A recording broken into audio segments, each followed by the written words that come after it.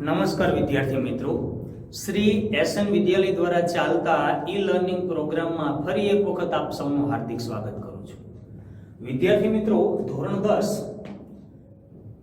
ગુણવતી કન્યા એટલે કે ગુણવાન કન્યા આગળનો ભાગ જે છે એ આપણે જોઈ ગયા હતા. આજે આપણે એનો બીજો ભાગ કેવો છે એ આપણે ખાસ કરીને સમજવાનો પ્રયત્ન કરવાનો છે. તો ગદ્ય 5 ગુણવાન કન્યા એટલે કે ગુણવતી કન્યા. કુમાર મહાકવિ દંડી રચિત 10 કુમાર ચરિતમાંથી આ વિષય વસ્તુ જે છે એ પસંદ કરવામાં આવેલું છે. તો વિદ્યાર્થીઓને ખાસ એ કે શરૂઆતમાં આપણે જોઈ ગયા, પહેલા ભાગમાં આપણે એવું જોયું કે શક્તિકુમારની પરીક્ષા યોજના કેવી હતી અને ત્યારબાદ હવે ગુણવાન કન્યાનું આયોજન કેવું છે એ જોવાનું છે.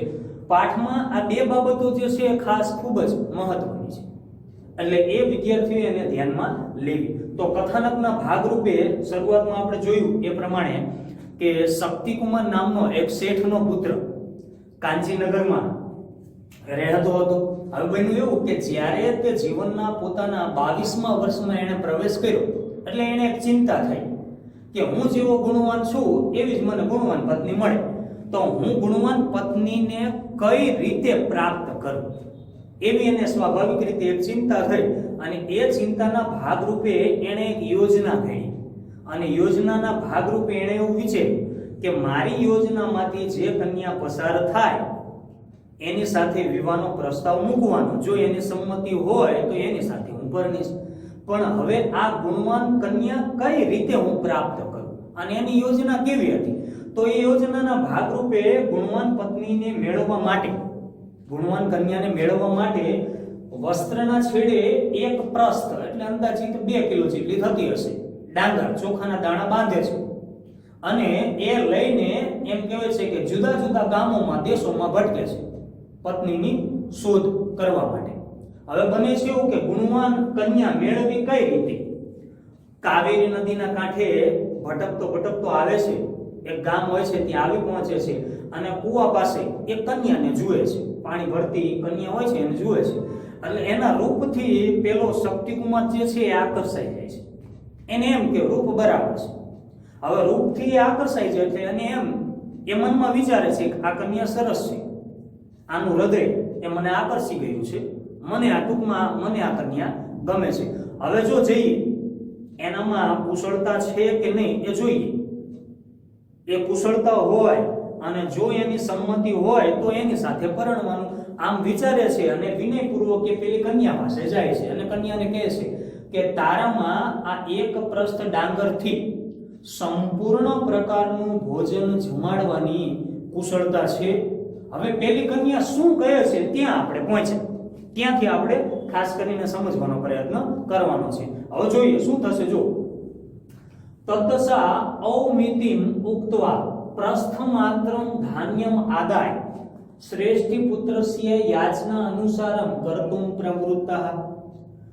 પછી તેણે ઔમિતિ એટલે ઓમ હા ઉક્ત્વા એમ બોલીને પ્રસ્થમાત્રમ માત્ર એક પ્રસ્થ ડાંગરથી માત્ર એક પ્રસ્થ ધાન્ય આદાય ધાન્ય લઈને શ્રેષ્ઠી પુત્રસ્ય યાચના અનુસારમ શેઠના પુત્રની માંગણી મુજબ કર્તુમ પ્રવૃત્તા કાર્ય કરવા માટે પ્રવૃત્ત થઈ. પેલી કન્યાએ હા પાડી. પેલી કન્યાએ કીધું કે હા, આ એક પ્રસ્થ ડાંગરથી સંપૂર્ણ પ્રકારનું ભોજન જમાડવાની મારામાં કુશળતા છે. હા લાવો કે મારામાં કુશળતા છે. હવે પ્રશ્ન એ છે કે માત્ર એક પ્રસ્થ જેટલા ડાંગરથી, ચોખાના દાણા, હવે એમાંથી સંપૂર્ણ પ્રકારનું ભોજન કેવી રીતે બનાવવું? એ શક્તિકુમારને આનંદ આવે અને પોતાનું એમ કહે છે કે ભોજન, ભૂખ જે છે સંતોષાય એ પ્રમાણેનું એ સંપૂર્ણ પ્રકારનું ભોજન એ માત્ર એક પ્રસ્થમાંથી કઈ રીતે બનાવવું? બીજું કોઈ પણ પ્રકારનું કંઈ એ લેવાનું નહીં, ફક્ત એક પ્રસ્થ ડાંગરમાંથી જ બનાવવાનું. હવે એ તો એમ કહેવાય કે ચર્ચાનો વિષય થયો. જાણવા આમ જોવા જઈએ એટલે પહેલાના જમાનામાં આવા એમ કહેવાય કે દેશી નુસ્ખા એમ આપણે કહીએ ને કે પહેલા આવું બહુ કરતા કે ગુણવાન કેવી રીતનું છે મેળવવા માટે. આપણે અકબર બિરબલને પણ ઘણી બધી વાતો તમે સાંભળી હશે તો આવા જુદા જુદા પ્રસંગોમાંથી કંઈક શીખ મળે. એ જ બાબત અહીંયા પણ દર્શાવેલી છે કે આમાંથી ગુણવાન કઈ રીતે. હવે એની કસોટી કરવી હોય તો આવા જુદા જુદા એમ કહેવાય છે કે સાહિત્યના માધ્યમથી ઘણા બધા સરસ મજાના પ્રસંગો આપેલા હોય છે. એમાંનો એક આ પ્રસંગ આપણે કેવો હોય તો કહી શકાય કે બહુ સરસ મજાની છે. ખાસ કરીને ગુજરાતી તમે ઓલી પેલી વાર્તા ચાર વહુની સાંભળી હશે મારા ખ્યાલથી. એને કંઈક મળતું જ છે. જુઓ તમે, પેલી ચાર વહુ હોય છે મારા ખ્યાલથી. હવે એને એક વખત એવું બને છે કે એમના પિતાજી એટલે કે સસરા બોલાવે છે. હવે એમના મનમાં એવો પ્રશ્ન હોય છે કે આ ચારેય વહુમાંથી ઘરની જવાબદારી સોંપવી કોને? એક વિચારવાનો પ્રશ્ન થયો. હવે એમાં એવું કે જેનામાં કુશળતા હોય, એના જે હોશિયાર હોય એને ઘરની જવાબદારી સોંપાય.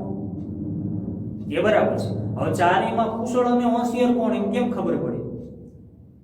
એટલે એમ કહેવાય છે કે એમણે એક યોજના ઘડી અને યોજનાના ભાગરૂપે ચારેય વહુને બોલાવી, આવો દીકરી કીધું, અને મુઠ્ઠી ભરીને એમ કહેવાય કે દાણા આપ્યા અને એમ કીધું કે લો આ સાચું, 1 વર્ષ પછી હું તમારી પાસેથી માંગીશ ત્યારે તમે મને પાછા આપજો.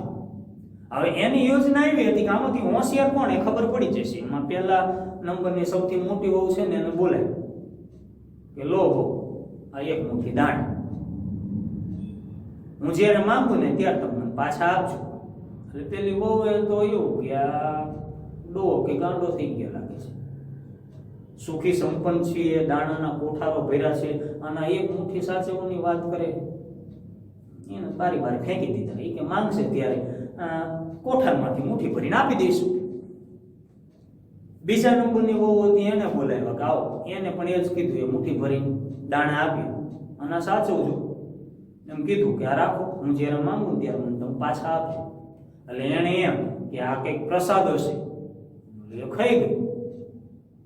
ત્રીજા નંબરની બોલાવી તો એને કીધું લ્યો, તો એને એમ કે પપ્પાએ કંઈક કીધું છે, સસરાએ કંઈક કીધું છે, એટલે આમાં તો કંઈક હશે તો ખરા. એટલે એને બહુ સાચવીને તિજોરી હતી એમાં નાના એવા ડબલામાં સરસ મજાના એને મૂકી દીધા, સાચવીને મૂકી દીધા. અને ચોથા નંબરની જે હતી ને નાની એમની, એ બહુ હોશિયાર હતી. એને આપ્યા દાણા અને કીધું કે લો બહુ બેટા, હું જ્યારે માંગુ ત્યારે મને તમે આ દાણા પાછા આપજો.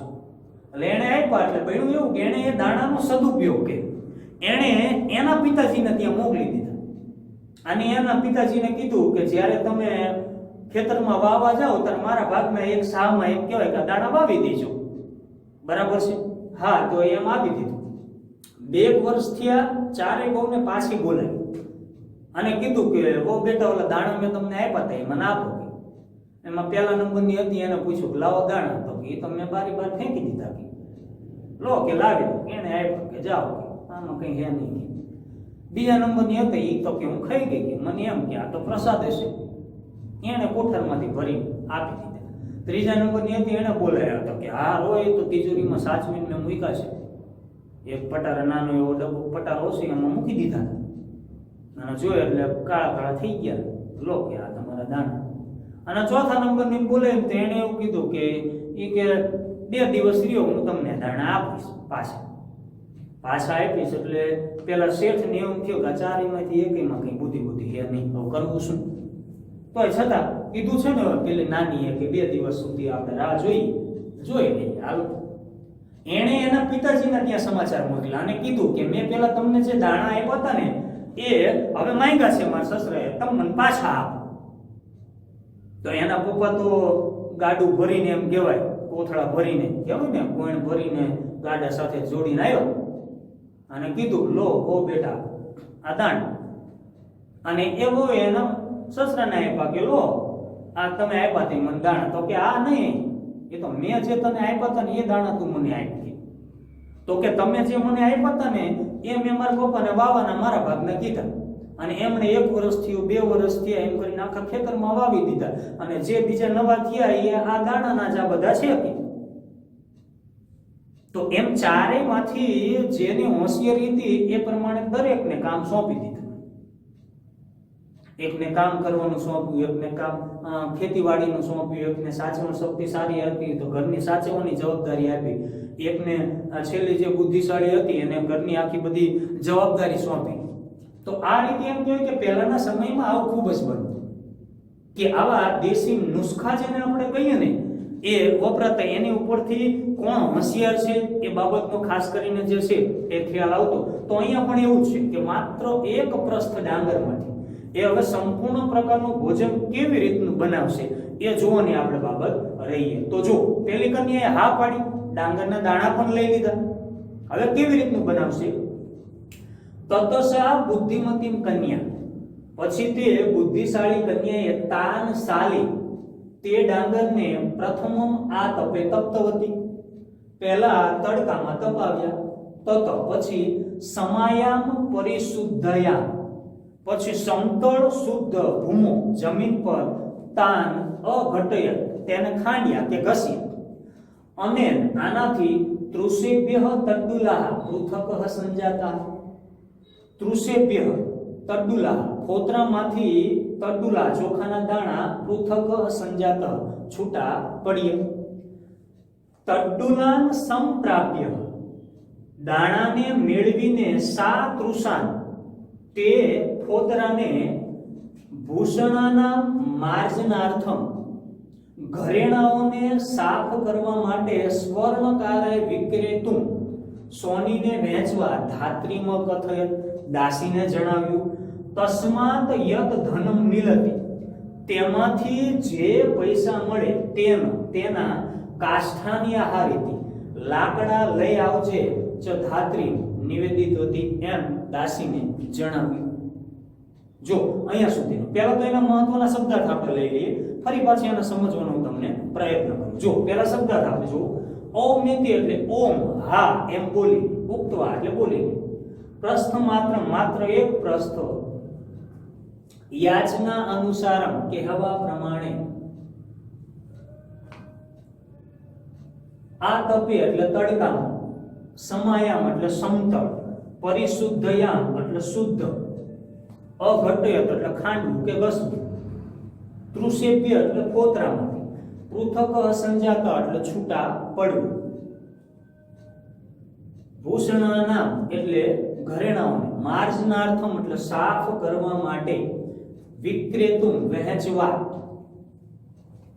કાષ્ઠાની એટલે લાકડા, નિવેદિતવતી એટલે જણાવ. તો આ બે પેરેગ્રાફમાંથી ખાસ કરીને 6 થી 7 મહત્વના જે છે શબ્દાર્થ જે છે એ નીકળે છે. હવે આ એટલું સમજવા માટે કેવું, જો બરાબર સમજો વિદ્યાર્થી. પહેલા શું કીધું કે પહેલા તો એને ઓમ એટલે હા કીધું, લાવ મારામાં કુશળતા છે, એટલે પહેલા એક પ્રસ્થ ડાંગર લઈ લીધી. હવે લઈ લીધી તો સૌથી પહેલા એને કામ શું કર્યું પેલી બુદ્ધિમતી કન્યાએ? તો પહેલા તે ચોખાના દાણાને છે ને એ તડકામાં તપાવ્યા એટલે થોડાક નરમ થઈ ગયા. પછી સમતળ ને ચોખ્ખી જમીન ઉપર ને એની ઉપર એને ખાંડ્યા કે ઘસ્યા, એટલે એમાંથી દાણા અને ફોતરા બંને અલગ થઈ ગયા. હવે બન્યું એવું કે પેલા ફોતરાને એ ઘરેણાઓને સાફ કરવા માટે થઈને સોનીને વેચવા પેલી દાસીને, બેનપણી હોય કે ત્યાં કામ કરતી હોય કે દાસીને એમ કીધું આમ તો દાસી થાય, એને સોનીને વહેંચવા પેલા ફોતરાને જણાવ, અને એવું કીધું કે એમાંથી જે પૈસા મળે ને એના લાકડા લેતી આવશે એમ દાસીને જણાવ. બન્યું એવું. તો સૌથી પહેલા શું કામ કર્યું જો સમજવા માટે, આ બુદ્ધિશાળી કન્યા એમ કહેવાય, ગુણવતી કન્યાનું આયોજન પૂછાય ને તો આ રીતે તમારે લખવું પડે. પહેલા તો તે કન્યાએ શું કર્યું કે ડાંગરના દાણાને તડકામાં તપાવ્યા, ત્યારબાદ એમ કહે છે કે સમતળ શુદ્ધ જમીન પર એને ઘસ્યા કે ખાંડ્યા. હવે એમાંથી દાણા અને ફોતરા શું થઈ ગયા? અલગ થઈ ગયા. હવે ફોતરા એ ઘરેણાઓને સાફ કરવા માટે થઈને સોનીને વેચવા કીધું. પહેલાના સમયમાં એવું હતું કે સોનાના જે ઘરેણા છે ને એને સાફ કરવા માટે થઈને આ ડાંગરના ફોતરાનો ઉપયોગ થતો. એની કોઈ નાની પીછી બનાવતા કે એની રેતી સાથે ભેળવી દે અને પછી ઘરેણાઓને સાફ કરવા માટે થઈને પહેલા એનો ઉપયોગ થતો. અત્યારે તો ખબર નહીં, હવે પહેલા થતો હતો. પહેલા એવું, કારણ કે એમાં એવું છે કે ડાંગરના દાણા છે ને એનો તમે ફોતરા જુઓ ને એટલે એકદમ મણીદાર આમ વાગ્યા પણ, એટલે એમ કહેવાય કે બારીકાઈથી ક્યાંક એવી જગ્યાએ હાથ ના પહોંચતો હોય તો એ એમ કહેવાય કે એની નાની પીછી બનાવે, પીછીથી તો ઘરેણાને સાફ કરવા માટે થઈને એનો ઉપયોગ થતો. અને કાં પછી એમ કહેવાય કે કોઈ વસ્તુ કે રેતી સાથે એને સાફ કરવા માટેનું જે હોય ને એની સાથે ભેળવી દે, એ ફોતરા, અને પછી એમ કહેવાય કે ઘરેણા છે ને સારી રીતે એનાથી સાફ થઈ જતા. એટલે અહીં એવું કીધું કે ડાંગરના દાણા લઈ લીધા અને એના ફોતરાને સોની જે છે એ ઘરેણાઓ સાફ કરતા હોય એને આની જરૂર પડે, એટલે એમ કહેવાય કે ફોતરાને એમ કહેવાય કે સોનીને વેચવા જણાવ્યું, અને એમાંથી એમ કહેવાય કે જે ધન મળે, જે પૈસા મળે, એના દાસીને એવું કીધું તું લાકડા લેતી આવજે.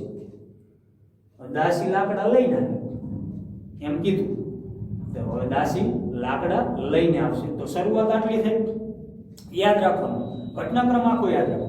પહેલા સૌથી પહેલા કન્યાએ શું કર્યું? તો પેલા ડાંગરના દાણા તડકામ તપાયો, પછી એને સમતળ જમીન પર ખાંડ્યા કે ઘસ્યા. હવે એમાંથી શું બન્યું? તો દાણા અને ફોતરા અલગ થઈ ગયા. તો ફોતરાને સોનીને વેચવા જણાવ્યું, અને એમાંથી જે પૈસા મળે એનું શું લાવવાનું કીધું? લાકડા લાવવાનું કીધું. હવે શું બનશે? ધાત્રી કાષ્ઠાની આની ધોતી. દાસી એ લાકડા લઈ આવી. તદ અનંતરમ, ત્યાર પછી સા તડ્ડુલાન અસકૃત જલે, તે તડ્ડુલાન એટલે દાણાને અસકૃત જલે, ચોખ્ખા પાણીમાં પ્રક્ષાલિત વતી, એને નાખ્યા. ઉષ્ણકૃત જલે તાન પ્રક્ષિપ્ત વતી, ગરમ કરેલા પાણીમાં એને નાખ્યા. જો અહીંયા આવશે ધોયા આવશે, સોરી, જો સા તડ્ડુલાન, તે દાણાને અસકૃત જલે વારંવાર પાણીથી પ્રક્ષાલિત વતી એટલે ધોયા. ઉષ્ણીકૃત જલે, ગરમ કરેલા પાણીમાં તાન પ્રક્ષિપ્ત વતી, તેને નાખી. અલ્પ યશ કાલેન એવ, થોડા જ સમયમાં તડ્ડુલા સીધા સંજાતા, રંધાઈ ગયા. તત ઈંધનાની જલેન સમયિત્વા, પછી ઈંધનાની બળતણને પાણી વડે શાંત કરીને કૃષ્ણાંગારાન અપી, કૃષ્ણાંગારાન એટલે કોલસાને પણ તદ અર્થેભ્ય પ્રેષિત્વા, તેની જરૂરિયાત વાળાને મોકલીને યત ધનમ લબ્ધમ, જે ધન મળ્યું તેન ધને, તે ધનથી શાકમ શાક, ધૃતમ ઘી, દધી દહીં, ચતૈલમ કૃતવતી, અને તેલ એ ખરીદતા. આ આયોજન જો બહુ સરસ મજાનું એનું આયોજન છે. પહેલા તો આપણે છેલ્લો ભાગ ફરી પાછો એક વખત સમજવાનો પ્રયત્ન કરીએ. પછી શું બન્યું કે પેલી દાસીને એમ કીધું કે લાકડા લઈ આવજે. પેલી દાસી લાકડા લઈને આવી. ત્યારબાદ શું કર્યું કે પેલા દાણા જે હતા એને વારંવાર ચોખ્ખા પાણીમાં ધોયા, અને પછી પેલા લાકડાનો ચૂલો કરીને ગરમ કરેલા પાણીમાં પેલા નાખી. હવે ચોખા રંધાઈ ગયા, એમ કહેવાય ડાંગરના દાણા રંધાઈ ગયા. થોડો સમય થયો તો એ રંધાઈ ગયા. હવે રંધાઈ ગયા પછી બન્યું એવું કે પેલું બળતણ હતું, ચૂલો કર્યો હશે. હવે બળતણને એમ કીધું કે પાણીથી ઉલવી નાખ્યું, શાંત કરી દીધું, અને એના જે કોલસા પડ્યા એ કોલસાને પણ એની જેની જરૂરિયાત હતી એને વેચવા કીધું, અને એમાંથી જેટલા પૈસા મળ્યા એનું થોડું ઘણું એમ કહેવાય છે કે થોડું શાક, એનું એમ કહેવાય છે ઘી, દહીં, તેલ, એમ જુદી જુદી વાનગીઓની એને ખરીદી કરી અને પછી એમ કહેવાય છે કે ભોજન એ સંપૂર્ણ એ બનાવ્યું. તો આ ગુણવતી કન્યાનું આયોજન જો પહેલાના સમયમાં એમ કહેવાય છે કે પરીક્ષા કરવા માટે થઈને ગુણવાન કોણ છે, હોશિયાર કોણ છે, એવી આવા દેશી નુસ્ખાઓ એમ કહેવાય છે કે પરીક્ષાઓ આવી થતી, અને આ રીતનું આયોજન છે એ સારી રીતે ત્યાં કરવામાં આવતું. તો આ ગુણવતી કન્યાનું આયોજન. હવે છેલ્લો જે ભાગ છે તેના મહત્વના શબ્દાર્થની આપણે યાદી લઈ લઈએ, ત્યારબાદ ફરી પાછો આખું સમજવાનો આપણે પ્રયત્ન કરીશું. જો કેવી રીતનું છે. ધાત્રી એટલે દાસી, આની ધોતી એટલે લઈ આવી. તદ અનંતરમ એટલે ત્યારબાદ, અસકૃત જલે એટલે એમ કે છે કે ચોખ્ખા પાણીમાં પ્રક્ષાલિત વતી એટલે ધોયા. ઉષ્ણીકૃત જલે ગરમ કરેલા પાણીમાં પ્રક્ષિપ્ત વતી અને નાખી. અલ્પ યશ કાલેને, આ આખો શબ્દ છે. થોડા જ સમયમાં તડ્ડુલા સીધા સંજાતા. સીધા સંજાતા એટલે એનો મતલબ એવો કે રંધાઈ ગયા, તૈયાર થઈ ગયા. ઈંધનાની એટલે બળતણની, સમયિત્વા એટલે શાંત કરીને. પછી આવશે કૃષ્ણાંગારાન, આ મહત્વનો શબ્દ છે. કૃષ્ણાંગારાન, કૃષ્ણ એટલે કાળ, અંગાર એટલે કોલસો, એટલે એમ કહેવાય કે કોલસાને પણ તદ અર્થેભ્ય એટલે તેની જરૂરિયાત વાળાને, પ્રેષિત્વા એટલે મોકલવું. ધ્રુતમ એટલે ઘી, દધી એટલે દહીં, ક્રીતવતી એટલે ખરીદવું. તો આ બાબત જે છે ખાસ એ આપણે જોવાની રહેશે. હવે અહીંયા શું છે કે ગુણવતી કન્યાનું આયોજન. માની લો કે તમને પ્રશ્ન પૂછાય તો અહીંથી અહીંયા સુધીનું તમે બહુ સારી રીતે ભાષાંતરના અર્થમાં લખી શકો. અને માની લો કે તમને એમ કીધું કે ટૂંકનોંધ તમને એની પૂછાય તો ટૂંકનોંધના ભાગરૂપે કેવી રીતે લખવાનું. માની લો ટૂંકનોંધ વિદ્યાર્થીઓને પરીક્ષામાં એ રીતની પૂછાય કે ગુણવતી કન્યાનું આયોજન. તો હવે ટૂંકનોંધ કેવી રીતે લખવી? તો પહેલા ભાગમાં પણ મેં જે તમને કીધું એ જ પ્રમાણે આની ટૂંકનોંધ જે છે એ પણ સારી રીતે અને સરળતાથી એ રીતે લખી શકાય. તો શરૂઆતમાં પહેલા એની કર્તાકૃતિ, ત્યારબાદ પ્રસ્તાવના અને પ્રસ્તાવના પછી ભાષાંતર સ્વરૂપમાં એ ટૂંકનોંધ જે છે એ વિદ્યાર્થીઓ સારી રીતે આને લખી શકે. તો ખ્યાલ આવ્યો? તો આ બાબતનું ખાસ વિદ્યાર્થીઓ ધ્યાનમાં રાખવાની. ગદ્યમાં આ બે ભાગ છે ખૂબ મહત્વના. એક પહેલા પેજની આપણે વાત કરીએ કે શક્તિકુમારની પરીક્ષા યોજના, ત્યારબાદ બીજા પેજમાં શું આવશે તો ગુણવાન કન્યાનું આયોજન. તો કેવી રીતનું એનું આયોજન છે એ ગુજરાતી પ્રશ્ન અને ટૂંકનોંધમાં પણ વિદ્યાર્થીને પૂછી શકાય. એટલે આમ જોવા જઈએ તો પાઠનું ભાષાંતર વિદ્યાર્થીને આવડે એટલે એક તો ભાષાંતર પણ થઈ ગયું. ત્યારબાદ એમ કે ગુજરાતી પ્રશ્ન થાય તો ભાષાંતરના અર્થમાં પ્રશ્ન પણ તમને આવડે, ટૂંકનોંધ પણ એને સારી રીતે દરેક વિદ્યાર્થીઓ જે છે એ આને લખી શકે. તો એ બાબતની દરેક વિદ્યાર્થીઓએ ખાસ નોંધ લેવી. આ બીજો ભાગ પણ એટલો જ મહત્વનો છે. અવારનવાર પરીક્ષામાં ભાષાંતર જે છે એ આ બાબત બીજા પેજમાંથી આ બાબત છે એ ખાસ અને અવારનવાર વિદ્યાર્થીઓને પૂછાતી હોય છે કે પેલી ગુણવાન કન્યાનું આયોજન કેવું છે. આમાં મહત્વના શબ્દાર્થ છે, અમુક શબ્દાર્થ થોડા અટપટા આવશે કે નો વાંચેલા કે તમે કોઈ દિવસ સાંભળેલા ન હોય એવા. તો એ શબ્દાર્થની મેં પહેલા જ તમને કીધું એની સરસ મજાની યાદી તમારે બનાવી અને યાદી બનાવીને બરાબર સામે એનું ગુજરાતી લખીને દરેક વિદ્યાર્થીને વાંચવા અને વાંચીને પછી એમ કહેવાય છે કે એને ધ્યાનમાં રાખીને જાતે વિદ્યાર્થીએ ભાષાંતર જે છે એ લખવાનો કે જાતે ભાષાંતર સમજવાનો વિદ્યાર્થીએ પ્રયત્ન કરવાનો. તો આ પાઠ જે છે એ વિદ્યાર્થીને ખૂબ જ સરળતાથી એ સમજાઈ જશે. સમજાઈ જશે એવું કે કથાના જ્ઞાનનું એવું છે, વિષય વસ્તુ એવું સારી રીતે વિદ્યાર્થીને સમજાઈ જાય એવું છે. એટલે પાઠ સારી રીતે વિદ્યાર્થીઓ આને તૈયાર કરી શકે છે. તો આટલી બાબત એ વિદ્યાર્થીએ ધ્યાનમાં રાખવા. તો આ શું બન્યું છે? ગુણવાન કન્યાનું આયોજન. હવે માની લો કે વિદ્યાર્થીઓને પરીક્ષામાં ટૂંકનોંધ પૂછાય તો વિદ્યાર્થીઓ કેવી રીતની ટૂંકનોંધ લખશે એ બાબત ફરી એક વખત જણાવી દઉં છું. બરાબર છે? તો પહેલા તો માની લો કે ટૂંકનોંધ તમને એવી પૂછાણી હોય કે ગુણવતી કન્યાનું આયોજન. તો કેવું એનું આયોજન છે તો એ ટૂંકનોંધ આપણે કેવી રીતે લખશું? તો સૌથી પહેલા કર્તાકૃતિ દર્શાવો. પહેલા જે ભાગમાં જે શક્તિકુમારની પરીક્ષા યોજના હતી એ જ પ્રમાણે આમાં તમે લખી શકો. તો અહીંયા લખાય કે પ્રસ્તુત કવિ દંડી રચિત 10 કુમાર ચરિતમમાંથી આ વિષય વસ્તુ લેવામાં આવ્યું છે. તેમાં ગુણવતી કન્યાનું આયોજન આ મુજબ છે. તો પછી શરૂઆતમાં તમારે 3 થી 4 લીટીમાં પહેલા એની પ્રસ્તાવના બાંધવાની કે કાંચીનગરમાં શક્તિકુમાર નામનો એક શેઠનો પુત્ર રહેતો હતો. તે ગુણવાન પત્નીને મેળવવા માટે કાવેરી નદીના કાંઠે એક નગરમાં આવી પહોંચે છે અને ત્યાં એક આછા આભૂષણ ધારણ કરેલી એક કુમારીને જુએ છે. રૂપ સંપત્તિથી તે એને ગમે છે. હવે શક્તિકુમારની યોજના પ્રમાણે માત્ર એક પ્રસ્થ ડાંગરમાંથી સંપૂર્ણ પ્રકારનું ભોજન જે જમાડે તો એની સાથે શક્તિકુમાર પરણે. તે એક કન્યાને એવું કહે છે કે શું તારામાં આ કુશળતા છે? અને પેલી કન્યા હા પાડે છે. પછી પેરેગ્રાફ પાડીને તમારે લખાય કે ગુણવતી કન્યાનું આયોજન. તો એનું આયોજન કેવું છે તો કે લખાય કે સૌથી પહેલા તે ગુણવાન કન્યાએ ડાંગરને તડકામાં તપાવી, ત્યારબાદ સમતળ શુદ્ધ જમીન પર તેને ખાંડી, કાઉન્સમાં લખવાનું કે ઘસી, બે એક જ એવું કહેવાય, ઘસી. પછી એવું કહે છે કે સમતળ શુદ્ધ જમીન પર તેને ખાંડી કે ઘસી. આનાથી ફોતરામાંથી દાણા એ છૂટા પડી ગયા. હવે દાણાને લઈને ચોખાને લઈને એમ કહેવાય છે કે તે ફોતરાને ઘરેણાઓને સાફ કરવા માટે સોનીને વહેંચવા દાસીને જણાવ્યું. ત્યારબાદ તેમાંથી જે ધન મળે કે પૈસા મળે તેના લાકડા લેતી આવજે એમ દાસીને જણાવ્યું. દાસી લાકડા લઈ આવી. ત્યારબાદ પેલા ચોખા કે દાણાને વારંવાર પાણીથી ધોયા અને પછી ગરમ કરેલા પાણીમાં તેને નાખ્યા.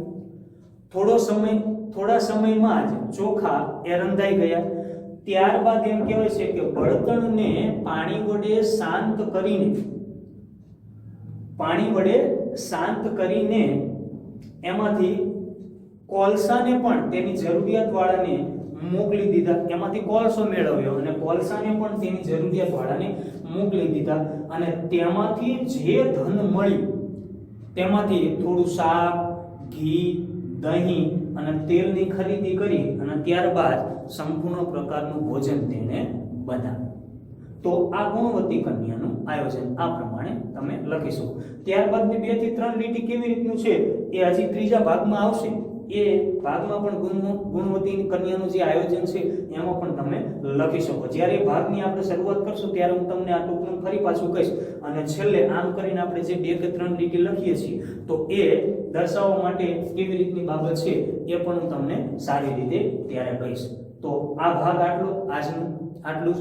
તો આ બાબત વિદ્યાર્થીઓએ ખાસ એને નોંધ લેવા અને એ કેવી રીતની છે, કઈ બાબત આમાં દર્શાવેલી છે તો એ વિદ્યાર્થીએ જોવાની રહેશે. તો આજનું આટલું જ.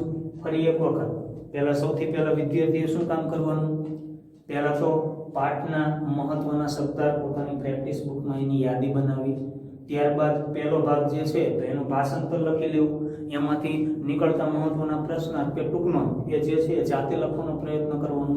ત્યારબાદ બીજો ભાગ છે તો એ જ પ્રમાણે એના શબ્દાર્થની એક વખત યાદી બનાવી અને શબ્દાર્થની યાદી બનાવ્યા બાદ આની પણ એક બીજા નંબરની મહત્વની જે ટૂંકનોંધ જે છે એ ટૂંકનોંધ પણ વિદ્યાર્થીએ લખવાની. તો એ ટૂંકનોંધ લખી અને પછી જ એ વિદ્યાર્થી એમ કહેવાય છે કે જાતે સ્વાધ્યાય હોય કે સ્વાધ્યાયને લગતા કોઈ પણ પ્રશ્ન હોય એ પ્રશ્ન સારી રીતે સમજાય અને એ પ્રશ્ન વિદ્યાર્થીઓ લખી શકશે. તો ખ્યાલ આવ્યો? તો આ બાબત ખાસ વિદ્યાર્થીઓની નોંધ રાખો. તો આજનું આ વિડીયોમાં આટલું જ. આના પછીનો ભાગ કેવો છે એ ફરી પાછા ઝડપી આપણે ત્રીજા ભાગ સાથે આવીશું અને એને પણ આપણે સમજવાનો પ્રયત્ન કરીશું. તો ત્રીજો ભાગ એ આપણે લઈશું. જતા પહેલા ફરી પાછું જેટલું ચલાવ્યું છે એટલું ભાષાંતર એક વખત ફરી પાછા આપણે જોઈ લઈએ. બરાબર? ભાષાંતર એનું કેવી રીતનું થાય છે એ આપણે સમજવાનો પ્રયત્ન કરીએ. નોંધ રાખવી વિદ્યાર્થી પોતાનું પાઠ્યપુસ્તક છે ખાસ વિદ્યાર્થી આને સાથે રાખવાનું. તો જોઈએ બીજો ભાગ. પછી તેણે ઓમ એટલે કે હા એમ બોલીને માત્ર એક પ્રસ્થ ડાંગ ધાન્ય લઈને શેઠના પુત્રની માંગણી મુજબ કાર્ય કરવા પ્રવૃત્ત થઈ. હવે એનો આયોજન. પછી તે બુદ્ધિશાળી કન્યાએ તે ડાંગરને પહેલા તડકામાં તપાવ્યા, પછી સમતળ શુદ્ધ જમીન પર તેને ઘસ્યા કે ખાંડ્યા. આનાથી ફોતરામાંથી દાણા છૂટા એ પડી ગયા. દાણાને લઈને તે ફોતરાને ઘરેણાઓને સાફ કરવા માટે સોનીને વહેંચવા દાસીને જણાવ્યું. તેમાંથી જે ધન મળે તેના લાકડા લઈ આવજે એમ દાસીને જણાવ્યું. દાસી લાકડા લઈ આવી. ત્યારબાદ તે ચોખાને વારંવાર પાણીથી ધોયા. ગરમ કરેલા પાણીમાં તેને નાખ્યા. થોડા જ સમયમાં ચોખા તૈયાર થઈ ગયા કે રંધાઈ ગયા. પછી બળતણને પાણી વડે શાંત કરીને કોલસાને પણ તેની જરૂરિયાત વાળાને મોકલી દીધા. તેમાંથી જે ધન મળે તેનું શાક, ઘી, દહીં અને તેલ ખરીદા. તો આજના વિડીયોમાં આટલું જ. ફરી પાછા નવા આના ત્રીજા ભાગ સાથે આપણે ફરી પાછા જલ્દી મળીશું. ત્યાં સુધી અસ્તુ. જય હિન્દ, જય ભારત.